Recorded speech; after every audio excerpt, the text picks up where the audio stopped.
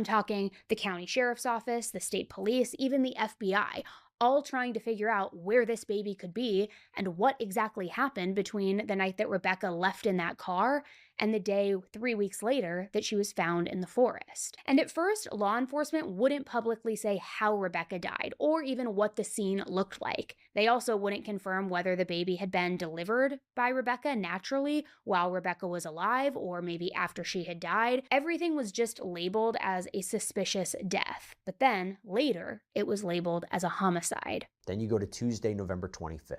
This is after being missing for weeks. The sheriff announced that a female body resembling Rebecca was found in the Manistee National Forest. Authorities wouldn't confirm her identity until after an autopsy was performed. According to Michigan Live's reporting, the area where she had been found had already been searched at least once. The sheriff wouldn't comment on whether her body may have been moved, and it's our understanding from the sheriff, he says that it was citizens who found the body, not law enforcement. In fact, when it came to questions from reporters during that news conference, Sheriff Trent Taylor, as well as the Michigan State Police, didn't really have much to say. We can't answer that. Yeah, no comment on that. I don't have any comment on that at this time. And those are details, again, that we can't comment on at this time, but hoping in the future that we can comment on that. Yeah. Officials would later confirm that that body was in fact Rebecca. But there's a caveat. Her baby was not with her when she was found, and a search for the infant was underway. Now, details about how the baby may have been taken, they were not provided. And by the way, neither was Rebecca's cause of death. That has not been released. Wexford County Sheriff Taylor said, quote, "The Wexford County Sheriff's Office, along with multiple law enforcement agencies, is working diligently to determine the condition and potential whereabouts of the baby. Because this is an active and ongoing investigation, the information that can be released is extremely limited at this time."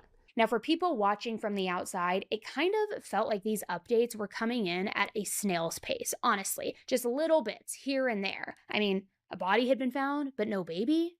Okay, well, give us more. What's going on here? An autopsy had confirmed that she was no longer pregnant, but no cause of death was released. And I have to say, usually when you see that level of tight-lipped behavior in an investigation, it means that the investigators think that they are dealing with something very serious and they don't want to jeopardize the case, potentially even involving people close to the victim. Because by playing their cards too early or showing all of their cards too early, it could spook somebody.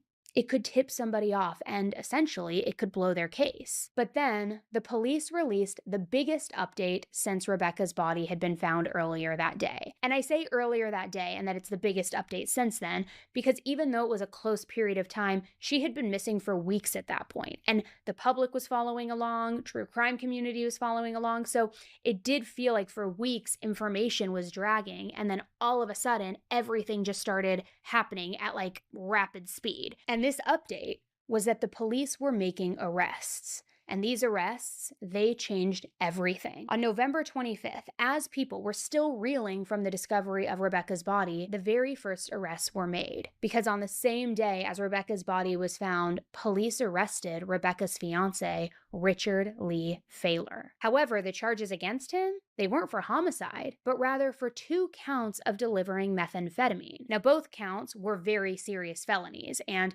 prosecutors also charged Richard as a habitual offender, which carries a heavier sentence. So, all of that to say, on a day when the community was desperate for answers about how Rebecca had died and what had happened to her unborn baby, the very first arrest made was for a drug crime.